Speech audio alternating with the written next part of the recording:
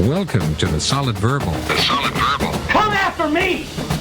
I'm a man! I'm 40! I've heard so many players say, well, I want to be happy. You want to be happy for a day? Eat a steak. It's that woo woo! And now, Dan and Ty. Welcome back to the Solid Verbal, boys and girls. Ty Hildenbrandt here, Dan Rubenstein over there. solidverbal@gmail.com, as always, is the email address. Don't forget, you can find us out on Facebook and Twitter and Instagram and Snapchat. And of course, as always, on iTunes. If you like the show, please do subscribe and rate and review. All that fun stuff right now out at itunes.com/solidverbal. Dan Rubenstein. Hey, my friend. It's a somber Sunday for us, is it not? I have some feelings. I have some thoughts. I have some opinions, and I have some just irrational emotional reactions. Yeah. As you do know what? I.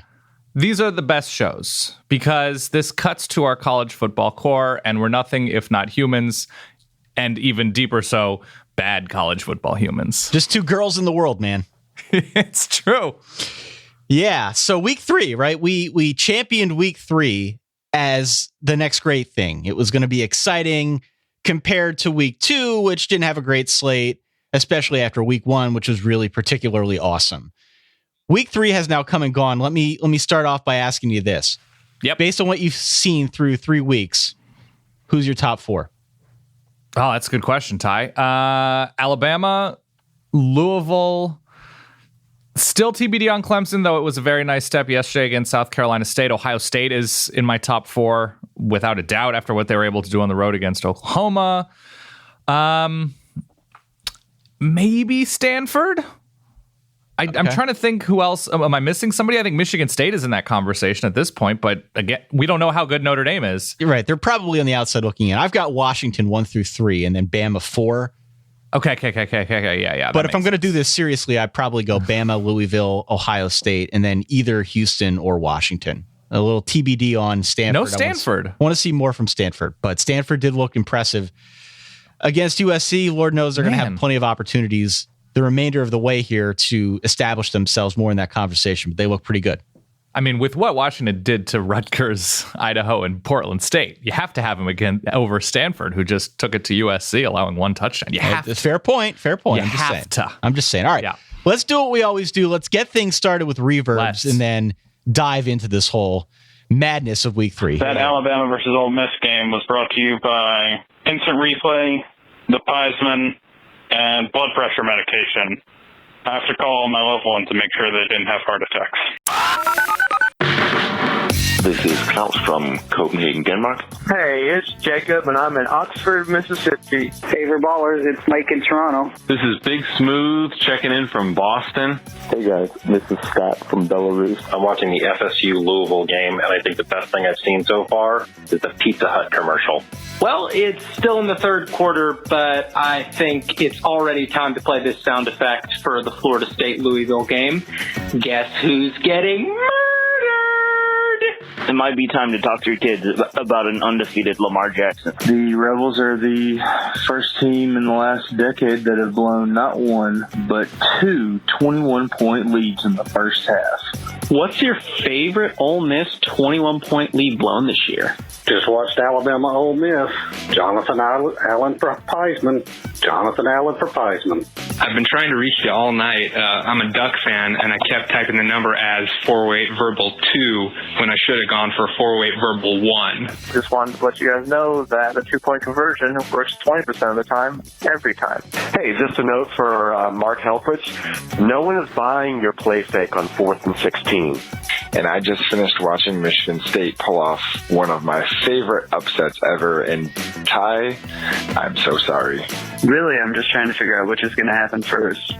Dan marrying the solid fiance or Notre Dame getting a sack. Let me know your thoughts. Michigan State football, because you shouldn't have to see your cardiologist for a stress test. I'm starting to wonder if Brian Van Gorder's playbook is written in crayon. Because once again, the ND stands for no defense. Every Michigan State fan was so scared with a 22-point lead against Notre Dame.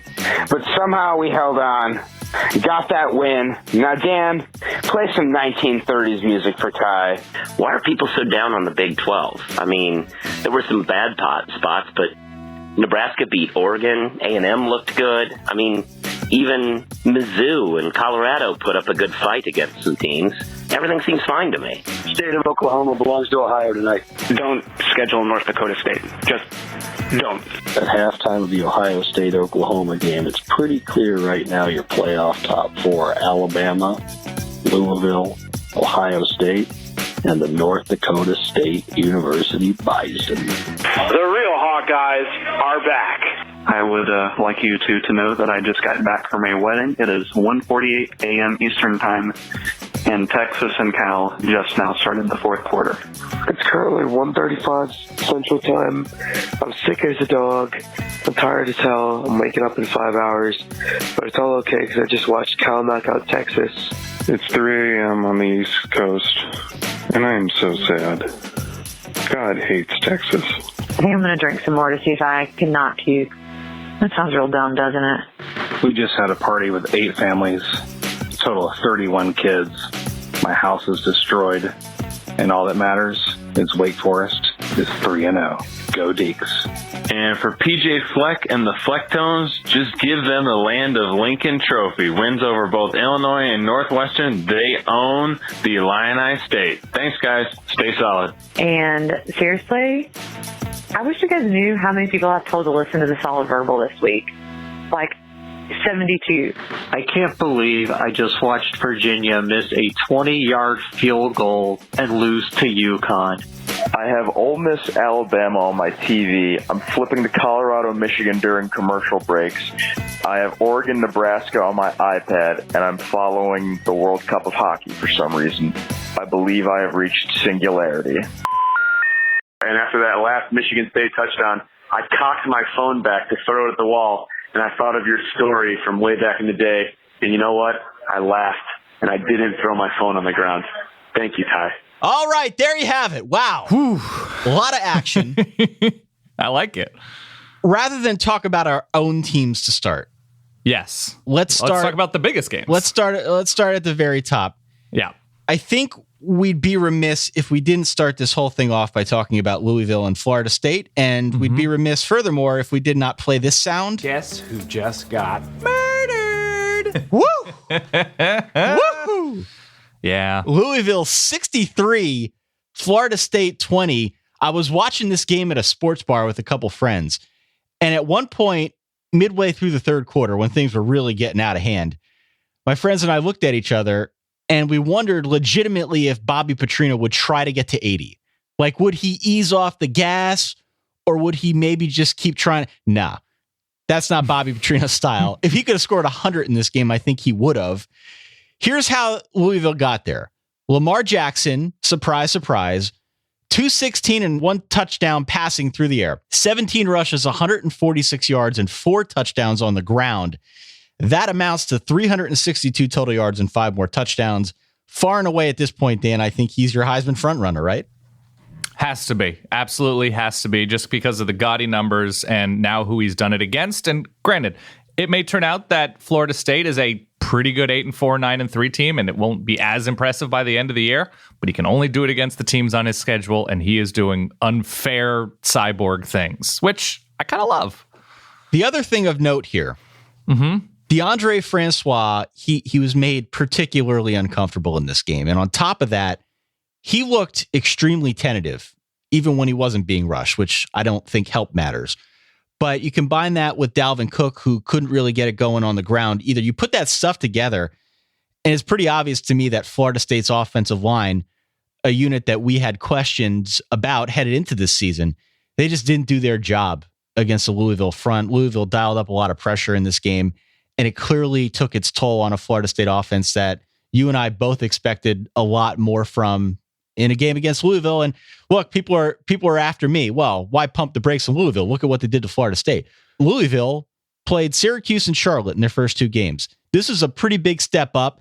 There's no other way to put it. They delivered against a top-notch opponent. And now here we are talking about a 43-point win.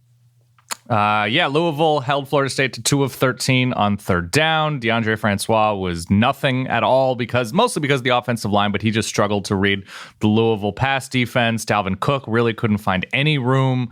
Florida State was sloppy with penalties. They turned the ball over a couple times, and always good when Lamar Jackson is having such a good season that I think he had 10.8 yards per attempt passing the ball, and that brought his season average down. That brought it down. It really did look like Lamar Jackson was playing against a team that was running at like 75% speed. He was just seeing the way safeties and linebackers were cutting towards him before they were doing it, or just as they began doing it. And it was like, I tweeted this out, I think. It was like tackling a cloud. You can try, it's fine, but it's just sort of vapor, and you're not going to do much with it. So an unbelievable performance from the entire team. And as talented as Lamar Jackson is, it took that entire team effort. They were focused, they were efficient, and they were just brutal and ruthless. Loved it. Brutal and ruthless. So Louisville now is going to vault up in our rankings. Whenever the rankings are announced, they've got a sandwich game on the road next week against Marshall, which some people are fearful of. Marshall just had like 60-something hung on them by Akron, but Marshall can score. We'll see if there is any letdown effect. I don't think there will be, but we'll talk about that on Wednesday. And then there's a big one right before a bye week. First week of October, they're on the road at Clemson. You get by Clemson. This could be real for Louisville. I don't know. I'm trying to pump the brakes. I'm still not going full throttle, Dan. Totally and completely ridiculously fair. I think we should go to Bama Ole Miss. Bama Ole Miss. All right. So a couple sounds I need to play here. A little bit of a backdoor cover. A little bit of a backdoor cover here. Alabama wins 48-43. Did you watch the early part of this game? I did watch the early part of this game because it looked exactly like the Ole Miss we're used to in the first and second quarters. Ole Miss jumps out to a 24-3 lead. They did it because Bama made some mistakes, both mental and otherwise. I got a text from a friend here in which he states, quote, Nick Saban's going to murder somebody at halftime. And that felt about right to me. But then Alabama, they do their Alabama thing. 2 touchdowns, the last 2 minutes of the first half, they make it a 24-17 lead at halftime. Second half, they turn the crock pot up to high, bring things to a low simmer, and they bring the noise and the funk on Chad Kelly.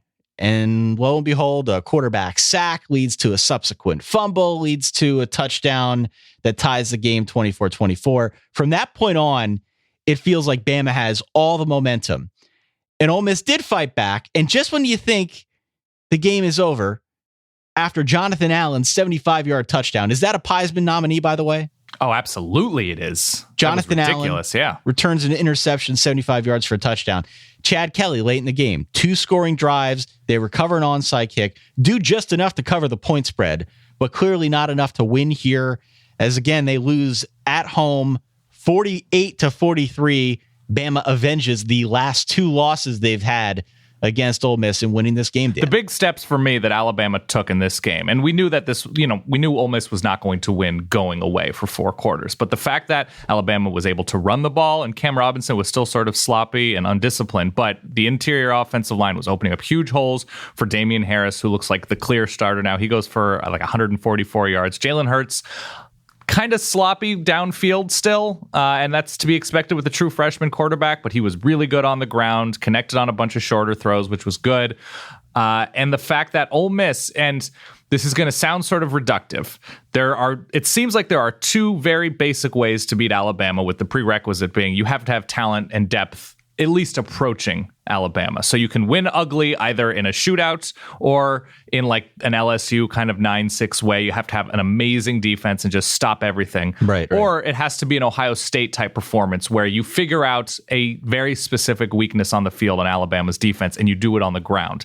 It seems like if you're going to try to beat Alabama in a shootout, it is going to be a toss-up. You're going to need those sort of accidental run play option. Maybe there were 7 offensive linemen downfield illegally kind of plays like Ole Miss got last year. And Ole Miss deserved to win that game last year. But this year you saw that you need to be able to run multiple types of offenses. And we saw this in multiple games yesterday where even if you're playing with tempo, you need to be able to run the ball. Ole Miss and the running game, completely non-existent. You need to be able to take 4 minutes off the clock and at the very least have it end in 3 points, if not 6 against a team like Alabama. So Ole Miss just does not have that versatility, and that's okay. They're still going to win a bunch of games.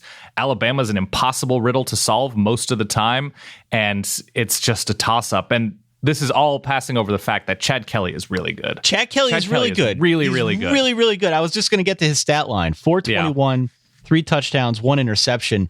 All that stuff will be buried by the headline that Alabama won this game, and they did it impressively, at least in the second half. But Chad Kelly, when he gets time and when he can pick out his spots, he was dropping dimes out there. Some of the deep throws that he made in this game, it's unbelievable, were a thing of art. And for all the jokes that we make about Swag Kelly and the rap and whatever else, Chad Kelly is probably the best quarterback in the SEC. I mean, him or Drew Lock. Yeah. Okay.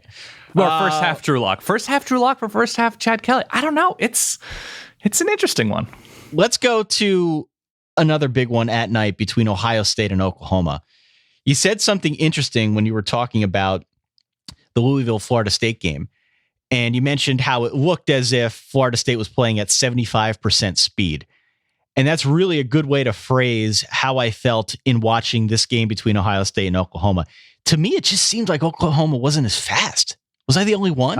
There is an unfair amount of speed on the Ohio State roster. So I think next to what Ohio State has, most teams are going to look a little bit sluggish. I just didn't expect that from Oklahoma because Oklahoma was, again, like preseason playoff contender type. Ohio State just ran them off the field. They were quicker to the edge. They were just quicker from top to bottom. Ohio State wins this game rather impressively, 45-24 over Oklahoma. JT Barrett throws 4 touchdowns, all of which went to Noah Brown. The big story for me, though, was how they did it on the ground. 291 between Mike Weber, Curtis Samuel, and JT Barrett. They were more aggressive. They were more composed. The youth didn't seem to really manifest at all in this game. A big night spot on the road in Norman. Ohio State, I think in this one, answered pretty much all the questions that you might have about them being young. And especially moving forward now in a Big Ten schedule for them that's going to have some landmines on it. I feel a whole lot better about the baby Buckeyes after, what is this, a 21-point win now on the road? Yeah. As I was watching this game, I was thinking about your fantasy things pick of Ohio State attrition and how that's they were dead. going to replace. Can I drop it? Can I drop it and pick up something else? It's on the waiver wire. Yeah. Yeah. I was watching that game and all of a sudden I just pieced together like a Voltron of like if there were a Jeopardy question, like this historic inventor successfully replaced a number of talented players on the Ohio State roster. And I was like, ding, Dan, Samuel Weber Brown. That's I formed an old-timey inventor made up of Curtis Samuel, Noah Brown, and Mike Weber, who are all outstanding. And Oklahoma just had no answer. They got after, Ohio State's defensive line got after Baker Mayfield a ton. They picked him twice, once on a tip. Joe Mixon and Samaje Perine really couldn't get going on the ground outside of a longer Joe Mixon run. He dropped the ball short of the goal line it wasn't called, on a kickoff return touchdown, which was very impressive until that moment. And Oklahoma just couldn't solve Noah Brown, who made some otherworldly catches, including a ridiculous one-hander. And Ohio State, as they stand now, without that loss early in the season, like they had a couple years ago against Virginia Tech, it's not, I don't think it's on that level talent-wise, but that was a young team at the beginning of the season that became a veteran team by the end of the year. And it's scary to think what this also young team can be by the end of the season with an experienced quarterback in JT Barrett and at least a secondary that could be the best in the country, if not right behind Alabama, and now a beat up Alabama secondary. So everything is falling Ohio State's way. So huge surprise. Yay. Yeah, for sure. I saw a tweet last night that cracked me up. It was from, I think, Ryan Russillo. And here it is. He said, have I mentioned yet this season how much it annoys me when Baker gets mad if someone touches him? And I didn't notice it until I saw that tweet, but it's so 190% true that it's kind of funny. Oklahoma loses this one, 21 points at home. They lose by. A couple playoff eliminations last night or yesterday. Should we move to another one, Ty? You were so eloquent and rational and reasoned talking about Oklahoma, Ohio State, and now you were just caveman tie upset at play call. No more dive, Mike DeBoard. Shall we? Mike DeBoard, how dare you? Yeah. Where do you want to go next? I mean, Notre Dame, Michigan State feels like a good place. Do we have to? Yeah, I think so. I think it was a game between two ranked teams in a big spot at night that essentially eliminated a team who was on the outside of the playoff last year. Michigan State 36, Notre Dame 28. Now, this one was out of hand. This was out of hand for a while, and Notre Dame came charging back. I will address that momentarily, but first, we need to give credit where it's due.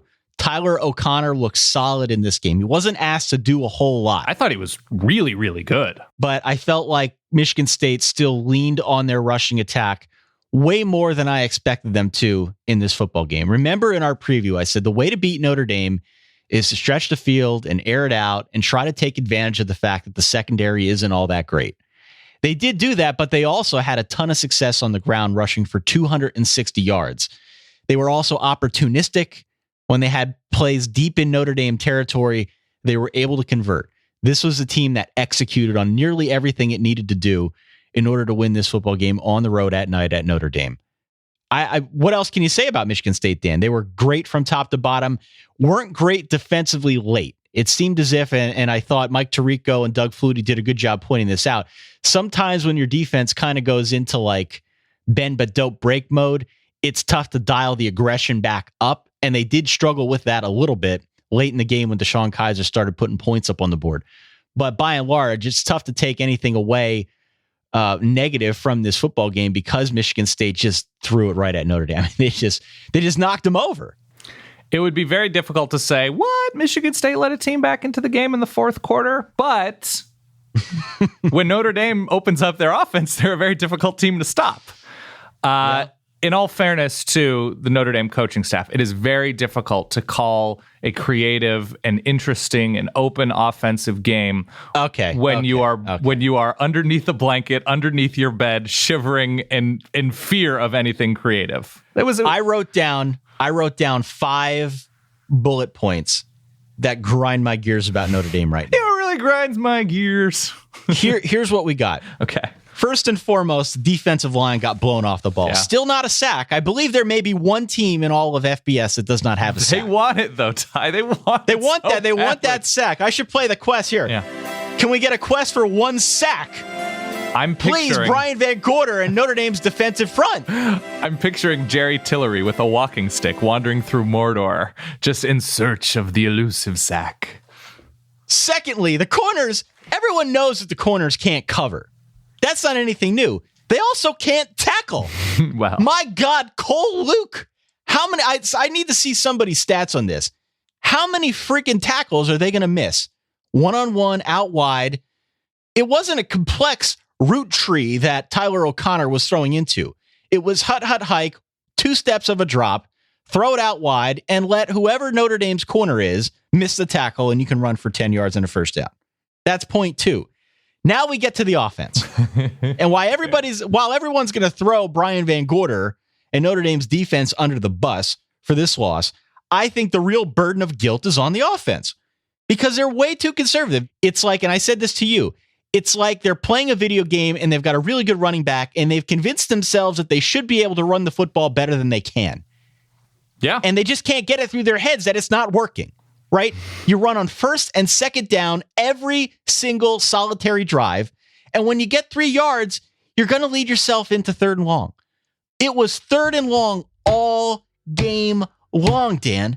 All game long. And they didn't finally change their game plan until they got to the 4th quarter. The hell was this supposed to be? Who is calling these plays?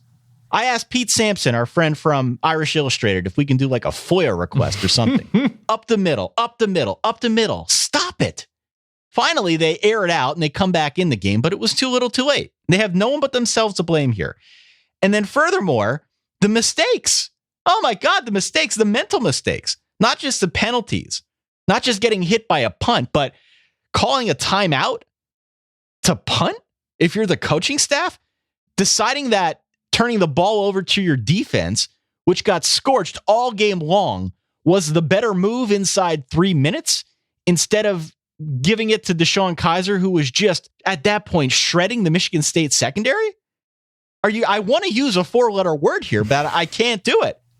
What the hell is going on here? And then my final bullet point is just me writing in all caps, pathetic, no emotion. I don't know if you want to take it from here, but this was a bad effort from Notre Dame, but still, with that said, a really good effort that should not go unnoticed by Michigan State. I am excited for that whole rant to be used on 30 for 30. Dan and Ty's 2016 college football fandom is not all that great. The teams that they root for are not, it's a very long title. We're still workshopping the title. What if I told you Dan and Ty's teams in 2016 man, I'm dying here. Weren't all that good? I gotta make sure I wasn't clipping on that audio. Yeah, Tyler O'Connor I thought was really, really good. Michigan State moved the ball on the ground at will. You're right. The Notre Dame defensive line got blown up. It was over 250 yards rushing, about 5 yards a carry. And yeah, great catches from Michigan State to do it on the road in a tough place to play at night. Michigan State is probably a top 7 or 8 team, and I don't even know if it matters where Notre Dame ends up, because doing what they did against certainly the talent that Notre Dame has is an incredibly impressive feat, and I cannot wait for Michigan State, Ohio State. Yeah, that's going to be a great game. Yeah. Great game. And I don't really need to watch Notre Dame USC. You can just let me know what happens. Yeah, I think that's fair. Yeah. I think that's fair late in the year. Notre Dame's got Stanford in a couple weeks, and I mean, I feel not a like great I need to do like a Facebook Live thing as this is going on, because I can tell you already what's going to happen. And my second guessing Brian Kelly selection in the SV Fantasy things is slowly looking like a steal. Raining down money. All right, where are we going next here? That's your choice, Ty, because I steered us towards Notre Dame. Thank you for that so much. Yeah. You want to talk USC, Stanford, Oregon, Nebraska, Texas, Cal? It's up to you, Georgia. Let's talk about Nebraska and Oregon. Sure. Because this is an intriguing matchup. I picked Nebraska. You picked Oregon. What happened in this game? I would like to add that Oregon, in their effort, pushed the line. So neither one of us. So Oregon really won, if you think about it. Here's what happened in this game. Oregon was incredibly sloppy with dumb and untimely penalties on 3rd and 9s and getting called for PI. Justifiably so. They were bad in the red zone on a couple drives when they felt like they had them stopped, but then committed penalties once again. Incredibly conservative play calling, especially towards the end of the half when it seemed Oregon had momentum. And with a minute left, I think they ran the ball 3 times, including running it on 3rd and 5 or 6, giving the ball right back to Nebraska, who promptly went down the field and scored. So really just sort of on a platter handed them momentum. And Nebraska, as a pretty good team does, took advantage. Tommy Armstrong was completely gutty and a warrior and was, I think, cramping up like crazy near the end of the game. Got some IV fluid or something, came back in. Oregon had no answer for very deliberate draw plays and couldn't get to Tommy Armstrong at all. And the defense did look better at times. It looked more organized at times. They tackled better in the open field than we've been used to seeing these past couple of seasons. But I know Troy Dye, their upcoming linebacker, didn't play at all.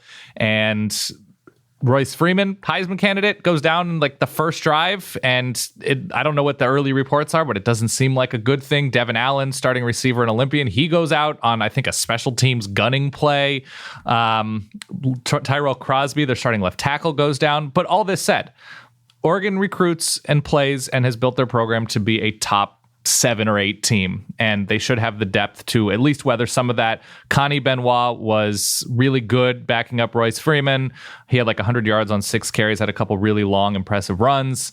Dakota Prukop looks like a very good backup quarterback for Oregon with what their quarterbacks have been able to do in recent years. And obviously he's an FCS transfer quarterback, but looked slow, scanning the field, overthrew Darren Carrington, easy touchdowns a couple of times, which is crazy because Darren Carrington is their best deep receiver, and just looked slow, figuring out the offense. And the announcers mentioned something pretty critical, that Oregon trains their quarterbacks, take some layups. You know, a guy's running a very simple out pattern and he's open, just get it to him. A running back is going out for a swing pass, just get it to him. Taj Griffin is faster than everybody on Nebraska's defense. He was missing layups, and it was an ugly game on Oregon's part, and Nebraska, again, as a good team, I don't know how good they are because Oregon is just dumb sometimes, took advantage like good teams do, and a really impressive win from Nebraska to weather it. And Mark Helfrich over and over again trying to go for 2 after touchdowns. I think they were 1 of 5 on. Yeah, they missed 4 of them in this game, and they ended up losing by 3. They ended up losing by 3. So that would have given them, so they had 1 2-point conversion. So that would have given them 4 extra points or 3 extra points if they had kicked them, at least tied the game. And the last play, Ty, I don't know if you watched the last play of this game. It was 4th and 20 from the Nebraska, midfield. And it ended up, and the offensive line did a pretty good job for Oregon, all things considered, especially since it was that 4 redshirt freshmen in there for most of the game. They protected Dakota Prukop as he did not scan the field quick enough and make good passes. Dakota Prukop went to hand the ball off like it was a play action play with 6 Nebraska dudes 20 yards off the line of scrimmage. Oh, you faked us all out. We have all come running. Was not the case. It was just it was garbage play calling. It was garbage, conservative, gutless play calling in huge moments, and better team won. That's all there is. By the way, there was a good Mike Riley quote at the end of the game. He was being interviewed and he was like, you know what they say, fortune favors the bold. And I was like, that's garbage. Oregon was bold and went for 2 5 times, and there was no such fortune. Speaking of bold, Dan, how late did you stay up last night? Did you stay up till 2:30 in the morning? No, heck no, I did not. Heck no. Okay. Cal 50, Texas 43. This is, suffice to say, a bit of a shootout. I would also say that Cal, probably your home dog of the week. Oh, yeah. The Yakos, home dog of the week. 50-43. If you stayed up, Cal wins. Vance Bedford, the Texas defensive coordinator, had the quote of the evening. Quote, "We just didn't make plays on defense. We did not play very well. I need to do a better job getting these guys ready to play, to go out there and win ball games for the remainder of the season." Copy paste a tribute to Brian Van Gorder. Davis Webb shreds a Texas defense. 396 through the air, 4 touchdowns, no interceptions. This game was nuts. In the first half, there were already something like 70 points or close to it.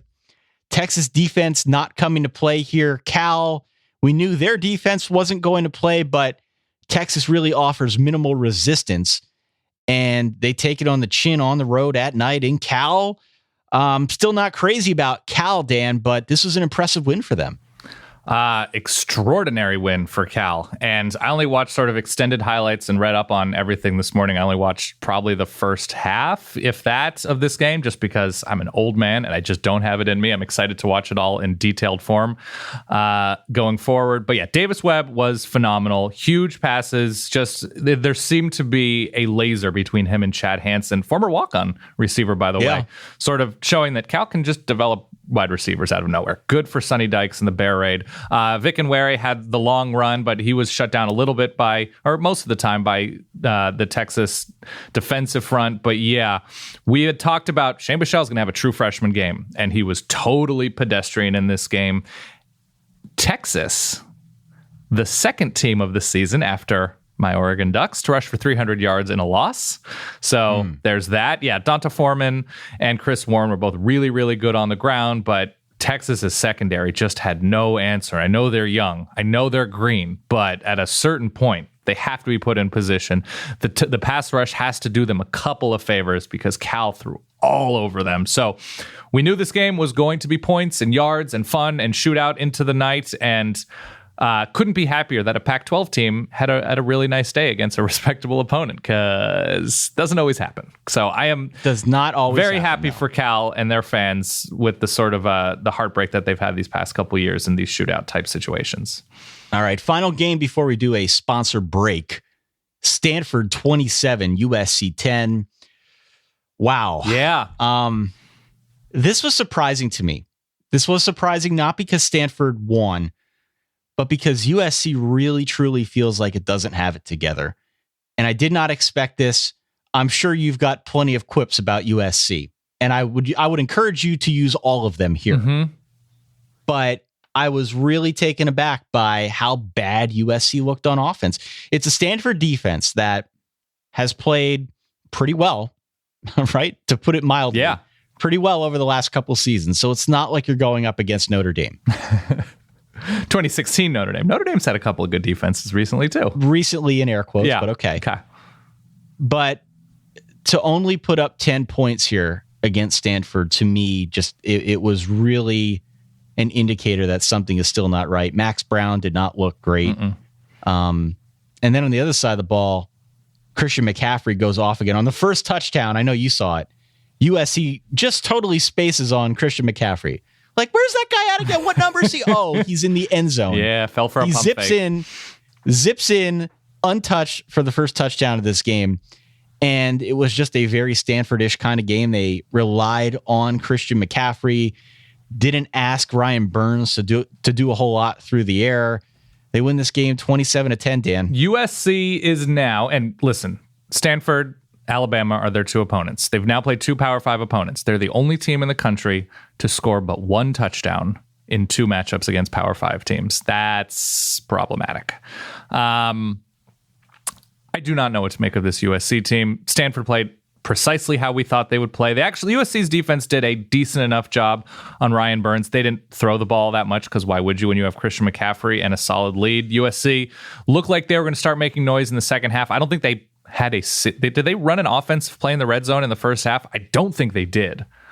Which is just madness. They didn't score their touchdown until the beginning of the third quarter. It looked like they were going to start making noise, both on the ground, see some opportunities in play action. Juju Smith-Schuster was just a total non-factor once again. I think he had 3 catches for like 30 yards, totally taken out of the game, which sort of makes me think, Ty, and it's dumb to jump to like real solid conclusions 3 games into the season, but doesn't it feel like with really good receivers, no matter who the opponent is or even who the quarterback is, remember, like Eric Decker always seemed to have 123 yards per game, like in a garbage offense. Like Tyler Lockett always seemed to have 214 yards. Did he have like really good throwing quarterback? Like no, Juju Smith-Schuster, right. Look, it's not all on him, but at a certain point, there needs to be more at a certain point. And I don't know if Sam Darnold is the answer. He had an efficient, promising drive near the end of the game that ended. I think that one was in a turnover.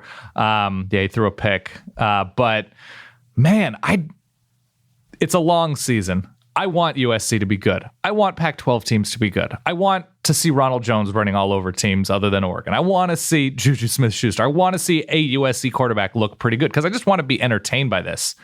But are you not entertained by this? I am not in it. Like, this is not fun to watch.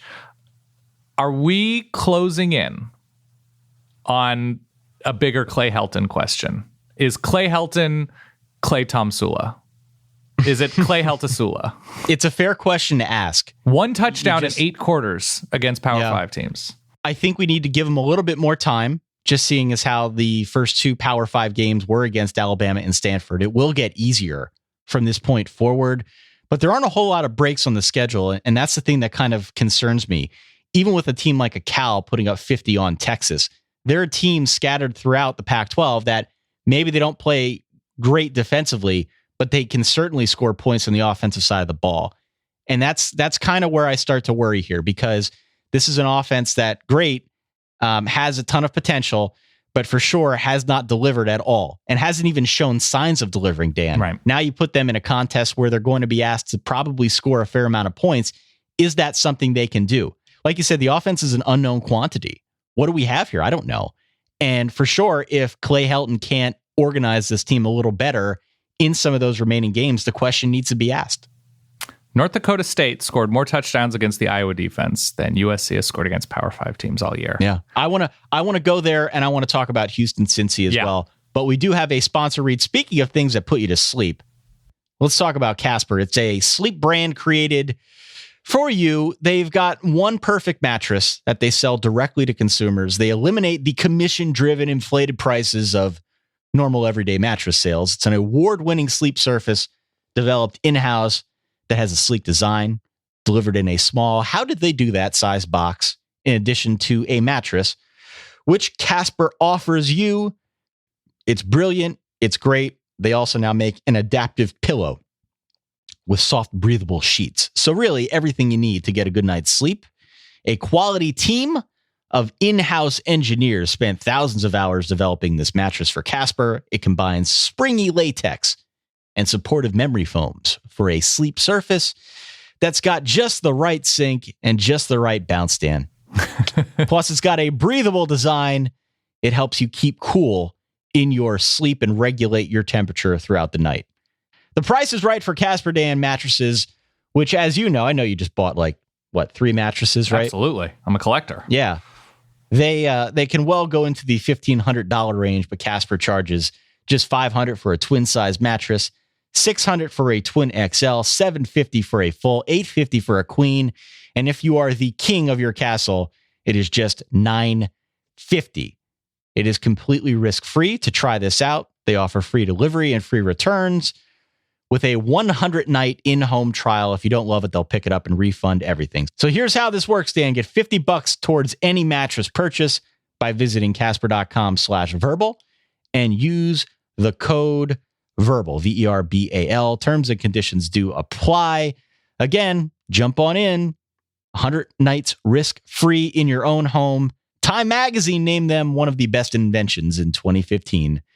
It is made in America. Try Casper, Dan. Casper. I always say, Ty, sleep is the greatest drug there is. Let Casper be your dealer. I've got some teams here that I'd like to discuss that could also be a good sleep dealer. Okay. But you did mention North Dakota State. Let's give North Dakota State their due. This is the biggest win in the history of the program. Iowa was ranked, 13th in the nation? Correct. 23-21, your final score here. Teams need to stop scheduling North Dakota State. Now, since I think 2010, they've played 6 Power 5 teams on the road, and they've won all 6. This is not your standard run-of-the-mill FCS team. People are going to look at this who don't follow it as closely, and they're going to say, oh, North Dakota State, Iowa stinks. They've won the last 5 national championships in their division of college football. Did you see what, I think it was last week, this is before the Iowa win. Did you see what I think Bruce Feldman tweeted out about how they would fare in Vegas against FBS teams? They'd be favored over 80 teams? Not quite. I think it was they would be favored on a neutral field against 37 FBS teams, including at least 5 Power 5 teams. It was Purdue, Iowa State, who obviously that makes sense. They just lost to an FCS team. Kansas, Rutgers, I assume Oregon. No. I think they actually are playing Oregon in 2020, which has me terrified. It has me terrified. But yeah, North Dakota State is no joke. They should be. I'd be totally great with them being number 23 in the new AP poll, which has not come out at the time of this recording. That'd be great by me. They beat number 13 on the road. They beat number 13 on the road, and more impressively, they held down LaShawn Daniels and Akram Wadley to just 49 yards rushing. You know that's how Iowa wants to attack teams, right? They want to run with Daniels and Wadley. You hold them to just 49 yards. That's saying something for your defense. Here's how this one transpired, though. Late in the fourth quarter, the Bison score to make it 21-20. And instead of going for the extra point, a total baller move. Let's go for 2. Let's go for the win. They fail. So it's 21-20. You're watching the game at home. You're thinking, oh boy, this one's over.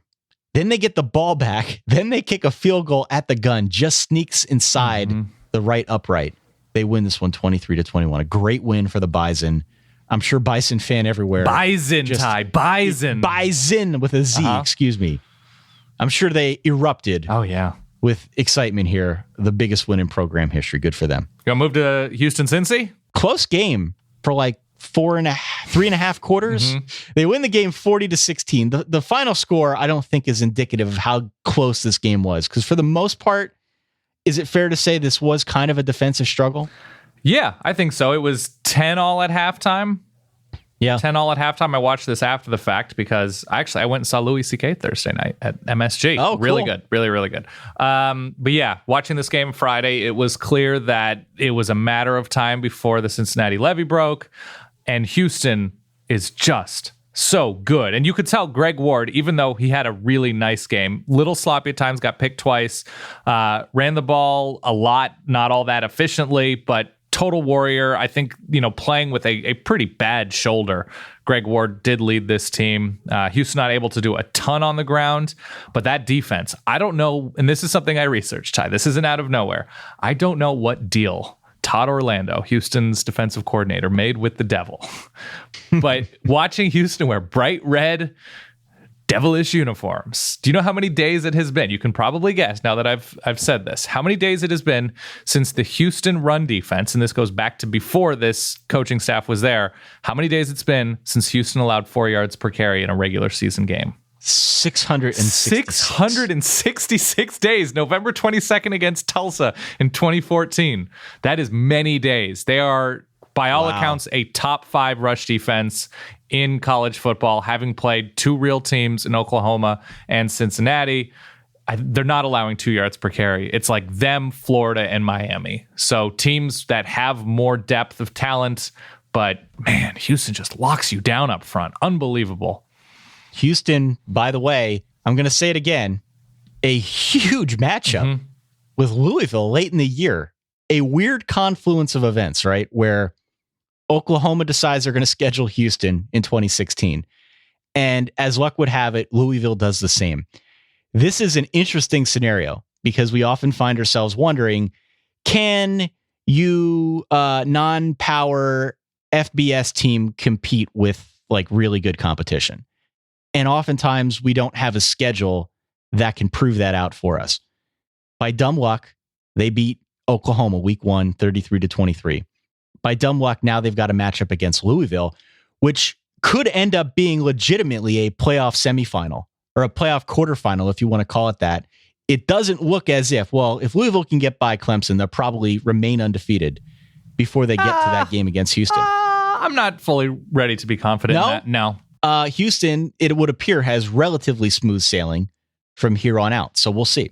I don't know. Look, their schedule is garbage from this point on, other than Clemson, Duke, an underwhelming Duke team, North Carolina State, Virginia, BC, Wake. It's just, I don't know. It's college football. Weird stuff happens. Yeah, okay. I'm not willing to believe that something weird doesn't happen against, God, I can't even say a team in here, but somebody. So yeah, it's in a very good position. Life is in a very good position for a really, really fun Louisville-Houston game. Oh, I do want to add one more thing about Houston. Real quick. Stephen Taylor might be an All-American linebacker. Continue. Let's jump back to the SEC. I'm going to ask you, between these 3 games, which one to you was the second most exciting? Second most exciting. Okay. All right. So I'm talking about Georgia, Missouri, which, was a Georgia, Missouri-ish kind of game. I think it was a lot of what we expected. Georgia wins 28-27 on an exciting 10-play, 80-yard drive. Jacob Eason hits Isaiah McKenzie for a touchdown. They win the game. That's clearly the most exciting. Where I'm going with this is between Texas A&M and Auburn and LSU and Mississippi State, which one of those two, gun to your head, would you say was more exciting than the other? By the end of the game, LSU Mississippi State, because LSU almost let it slip away. A couple Leonard Fournette fumbles, some bad decision making, sitting on a lead pretty well for, it seemed, most of the game. But Mississippi State, the better plan to block Arden Key, could have been into field goal range, maybe, sort of, kind of, in the final minute. But yeah, I think that was more exciting just because of the end of the game. But the most LSU thing is to win a game on a sack. So good for the Tigers. LSU wins 23-20 if you didn't stay up. LSU went up 23-3 early in this game and then shut it down. I don't know if they're not trying to overextend themselves or what, but they shut down the engines pretty much. Mississippi State crawls its way back into this one. They really, truly do. And it got pretty tight there at the end. LSU does emerge the victor. By the way, did you see the Leonard Fournette play? Which one? Where he's got some, the one early in the game, he's got some pent up frustration. Oh, yeah. Just the vicious stiff arm to Brandon Bryant from Mississippi State. It was like an 11-yard run. Go back. If you watch anything from this game, just go back and watch that play. It was pretty much the most exciting thing that happened. And then on the flip side here, when we talk about other SEC games and things that weren't very exciting, Texas A&M 29, Auburn 16. Not a fun game to watch. Auburn started out the game like they were going to be on fire offensively. But as the game wore on, it became pretty apparent that this is still a really inconsistent offense. Sean White had something like 125 passing yards, but really nothing down the field, Dan, just a lot of shorter stuff. And as we expected, A&M a lot better on defense. They harassed Sean White the entire game. A lot of bad third down plays for Auburn here, held to just 2 for 15. A&M clearly the better team. We will see what happens as they move into the remainder of their SEC schedule and play some tougher opponents. I am pretty confident in this defense to keep games close and put the offense in a position to win. Trevor Knight looked pretty good. Lord knows he's got plenty of weapons out wide. But I think right now where I'm at with Gus Malzahn is he is now in that conversation along with Clay Helton and Brian Kelly. But just in terms of fans asking what's going on here, like what should we expect realistically from this point forward? Because it's sort of a mess. I would put him on the hot seat. I wouldn't put Clay Helton and Brian Kelly there, but I'd put Malzahn there, sure. While the other two aren't on the hot seat, I think Gus Malzahn has to be at this point. If Gus Malzahn is fired and they hire whoever to coach at Auburn in December or January, that person will be immediately on the hot seat. It's Auburn. That's how it works. The big takeaways, both positive and negative for this game for me. Auburn's defense is really good, and they can only do so much when the offense is giving them nothing. Their offensive line, the Tigers' offensive line, is pretty atrocious. Sean White didn't stand much of a chance, and it does not help when Myles Garrett is on the field on the other side. Texas A&M's offense, Travion Williams he's wonderful. He's just one of my favorite players to watch. That, I think it was an 89-yard touchdown run, was just one of the best plays of the season. Great. He is so shifty with so much burst, but that's also, it has to be sort of maddening for Texas A&M because they see the potential, they see the production, and then the red zone play calling is like, well, let's just lean on Trevor Knight to throw us into the into a win column. That's not just, I know Kevin Sumlin, I know you're an air raid guy. I know you're like this spread, get it to all this speed and talent on the outside. Trevor Knight is not a great throwing quarterback. His pocket presence is severely lacking. He gets happy feet still, and it's fine because he's not throwing picks. So it's still going to end up winning a game against a team that's as unbalanced as Auburn is, but the kind of stubbornness to keep it in the air might hurt them down the road, if not definitely will. So really glad A&M has a developed star in Travion Williams at running back, and were able to run the ball pretty well the majority of this game. They went for over like 230 yards. So that's great. They have the defense and running in the SEC should give A&M enough to go pretty far. I hope they don't shoot themselves in the foot, because then you just become Auburn. So very promising from the Aggies. I'm very encouraged moving into the rest of their season. Second sponsor. Yay. Football is back. To celebrate, DraftKings are hosting another free fantasy contest this weekend. $100,000 in total prizes are up for grabs. No deposit is required. You heard that correctly, Dan. None. So put your fantasy knowledge to the test for free for your share of $100,000 this weekend at DraftKings.com. As you know, DraftKings, the destination for 1 week fantasy football. No season-long commitments. Play whenever you want with the players you want. Pick your contest, draft your players, follow your team live. Renew old rivalries with friends and prove that you are the superior GM. Or try a 50-50 contest where the top half of all entries win cash. Whether you're a 1 week fantasy rookie or a grizzled veteran, DraftKings offers fun, fair, free contests all season long. Right about now, hurry on out to DraftKings.com. Use the code SOLID, SOLID. Play for free in this weekend's $100,000 fantasy contest. Again, it's a free contest. No deposit is required. There is no reason not to play. Again, use the promo code SOLID. Play for free for your share of $100,000 this weekend only at DraftKings.com. DraftKings.com.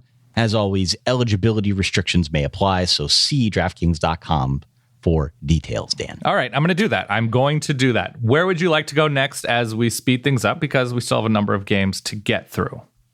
Oklahoma State 45, Pitt 38. This game was in the fourth quarter and then subsequently delayed 2 hours due to weather. Yeah. Which is a bummer.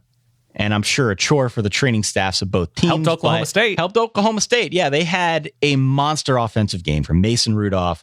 540 through the air, 2 touchdowns, 296 yards of which went to our boy Junkyard Jim Washington. 296 yards, Ty. How do we just gloss over that? Yeah. That's so ridiculous. Love Junkyard Jim.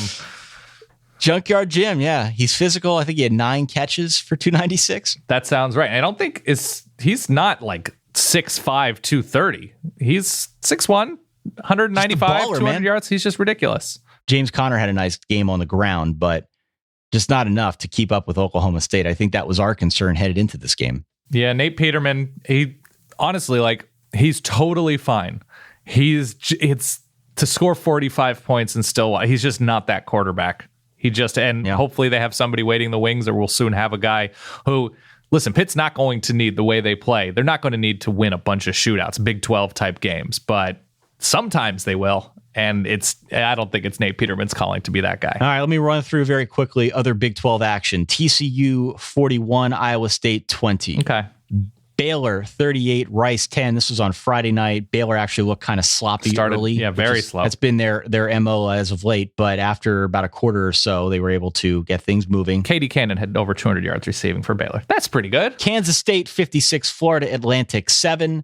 Texas Tech 59, Louisiana Tech 45. Hey, look, only 45 points. Only 45 points. And Memphis 43, Kansas 7. The dream is dead, Dan. I'd like to go to the Big Ten if you wouldn't mind. Let's go to the Big Ten. Where do you want to start? I want to start with America's team, who damn near did it. It looked. Hand over heart. It looked initially. Yeah, hand over heart. Yeah. It looked initially like Colorado might have something cooking here. Yeah. But then Michigan did what Michigan does and won by 17 in this game. But Colorado, for me, has actually been one of the better stories so far through 3 weeks of college football, because they've clearly gotten better. Given the state of the Pac-12, who knows how high they can go here? This is true. They were beating Michigan 28-24, I think. 28-24 into the third quarter. Took advantage of pretty bad safety play from Michigan. That secondary is not the same without Jordan Lewis. So I think dressed for this game, but did not play. And one, good for Michigan for pulling out a sloppy day, because these are the games that really good teams need to win. They're not a top 4 team right now, Michigan, but I think the big takeaway is, one, Michigan can survive with slop, and two, Colorado is becoming pretty dangerous. And they did it on both sides of the ball early on, took advantage of basically Michigan deep, which, you know who has to be licking their chops right now? Samuel Weber-Brown. Yeah. Samuel Weber-Brown. But good for Colorado. Seifa Lufau, I think, goes down later on in the game, which sucks given his injury history, with hopefully just a very lightly sprained ankle, and he'll be back. I think Colorado has Oregon next week, which I'm not thrilled with.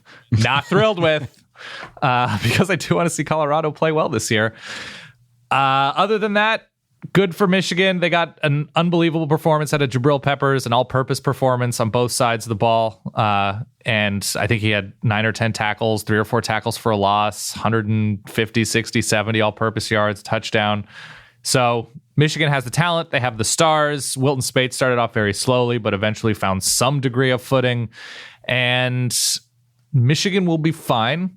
But it's good that they have this kind of game early to sort of rejigger and tweak and figure out where they can improve. Elsewhere in the Big Ten, a bit of a scare for Wisconsin. Oof. Gross game. Yeah, this was an ugly game. 23-17 over Georgia State. Now, Corey Clement was out with an ankle injury. Mm-hmm.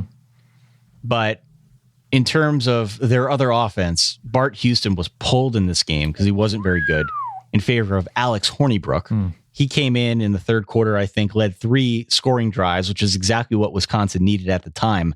But they were out of rhythm. They had to settle for some field goals instead of touchdowns, didn't convert on other drives.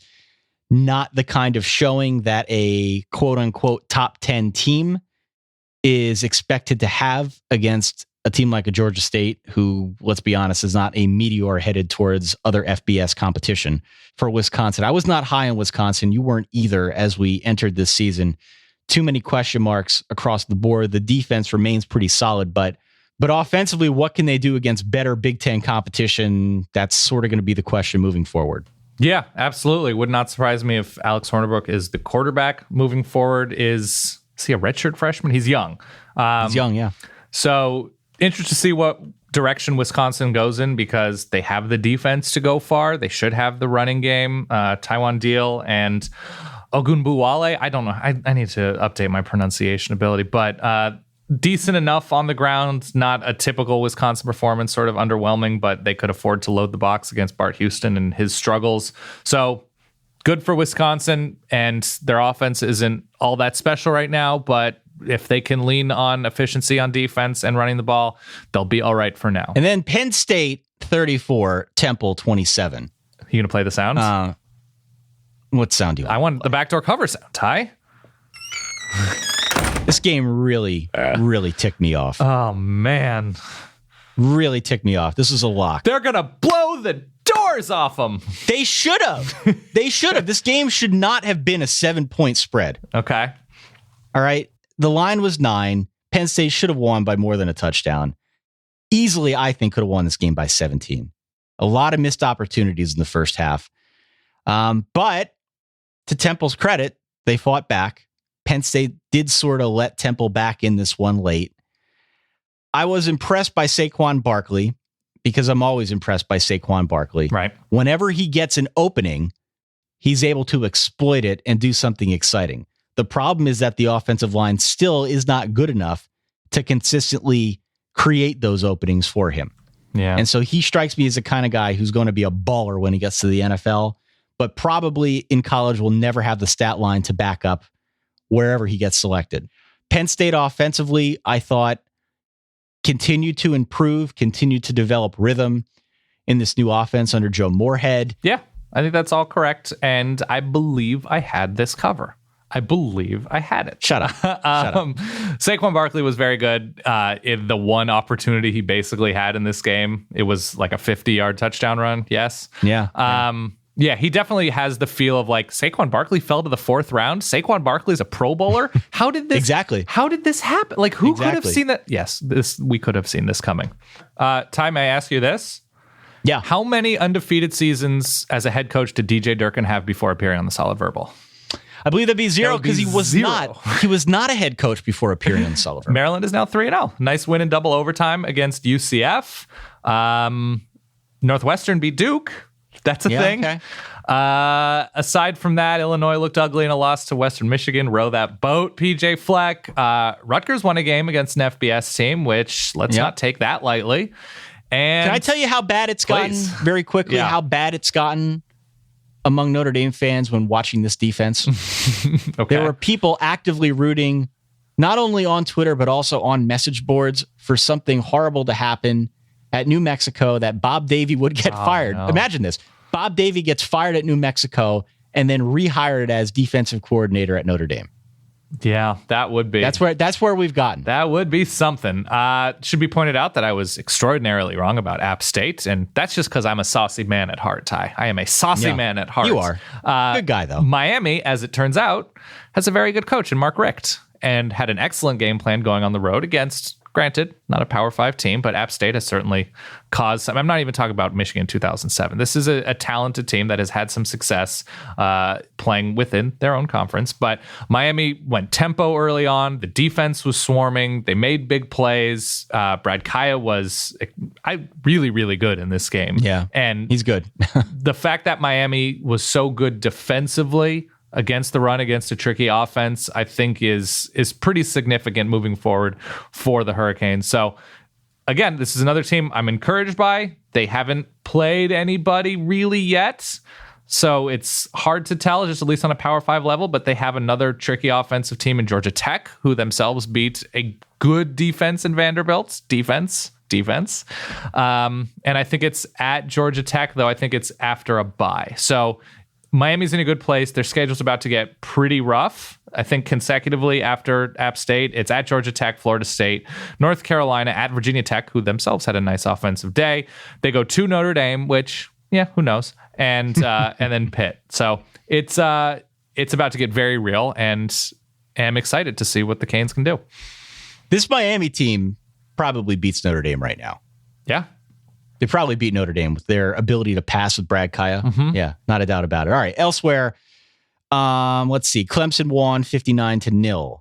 Virginia Tech won 49-0. And that was like 45-0 after like a stretch and lunch. That was over very quickly. UNC wins 56-28 over James Madison. NC State 49-22 over Old Dominion. Wake Forest getting in on the action, 38-21 over Delaware. What else we got here? Well, I mentioned UVA lost. Yeah. Go ahead. Well, I said I was going to mention Virginia Tech. I mentioned it briefly, but Gerard Evans, very nice day. 5 touchdown passes, 250 yards. Efficient. They were able to move the ball on the ground enough.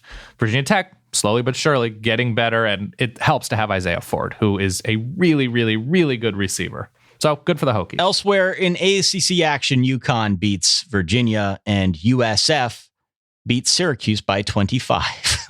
Yeah. And I don't believe USF and Houston would meet until the American Championship game. They're not. That is correct. Yeah. So that's challenging. Let's talk about the SEC quickly. Let's do that.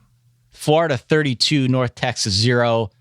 The win isn't really what's on your mind if you're a Florida fan. What's on your mind is the fact that Luke Del Rio is going to be out for the game next week against Tennessee. He took a borderline questionable cheap shot. Yeah.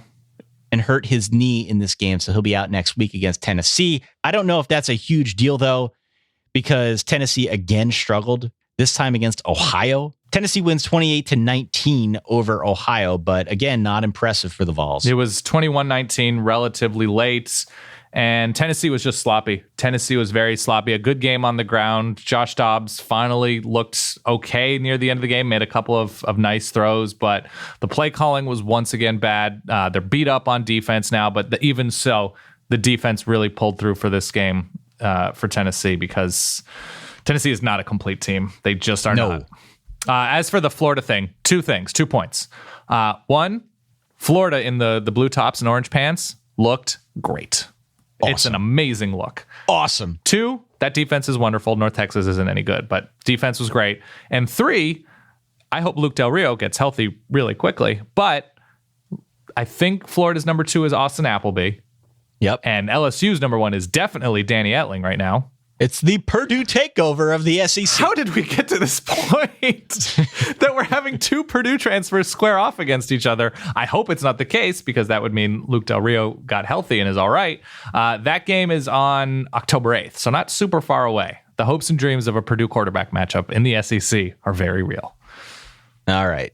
Georgia Tech beats Vandy by 31. Yep. Arkansas 42-3 over Texas State. South Carolina 20-15 over ECU. Not insignificant. Not insignificant. Good for you, Will Muschamp. And then Kentucky 62, New Mexico State 42. Right. This was not Mike Stoops' greatest game.